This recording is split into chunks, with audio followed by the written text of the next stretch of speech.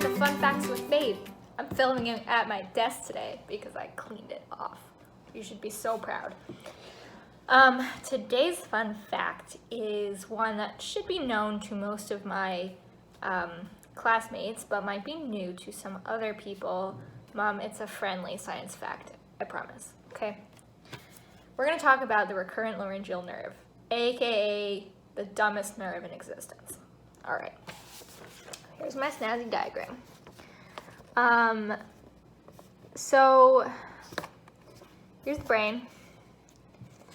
Here is the larynx. So we need to get from the brain to the larynx. So the normal direct route would be to go from the brain down to the larynx. And that is the route that the superior laryngeal nerve takes.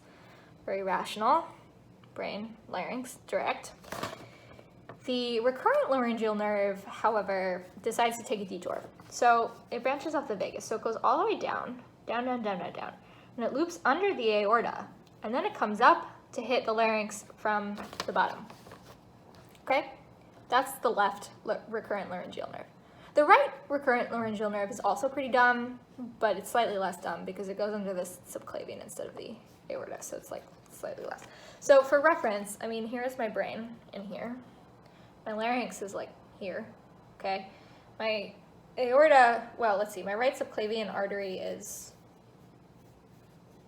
there's my clavicle, okay, like here-ish.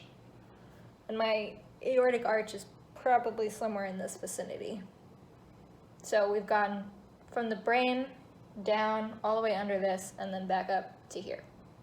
It's not a very efficient route, and it's one of the reasons why intelligent design is basically bonkers, because nobody would have designed this if this was the intention.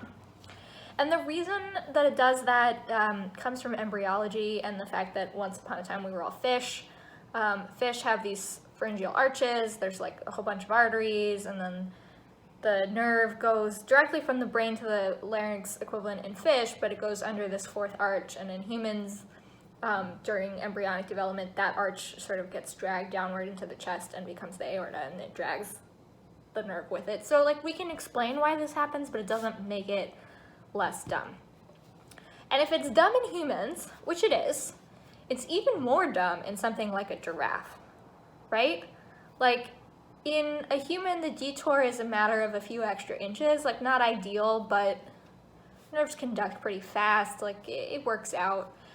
In a giraffe, the left recurrent laryngeal nerve, the full path of the nerve, like from brain to larynx, is 5 meters, or like 16 feet. It's a 16-foot long nerve. And it's theorized that this is maybe one of the reasons why giraffes just don't make a lot of noise. Like they make mostly very low-pitched vocalizations, and it might have something to do with the length of the nerve. That's beyond today. The other thing I wanted to bring up is that it has been hypothesized, not proven, but hypothesized that dinosaurs also had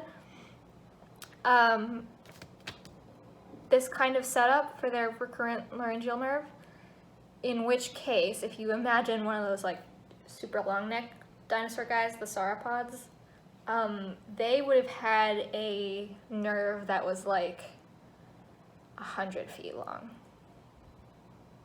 which at that point, I don't really know how functional that would be. I mean, again, they conduct fast, but like even microseconds of delay. Anyway, it's an interesting thought experiment to consider. So that is today's fun fact. The left recurrent laryngeal nerve is stupid, and it goes under the aorta. And in a giraffe, it is 16 feet long. Tune in tomorrow for another fun fact. Bye!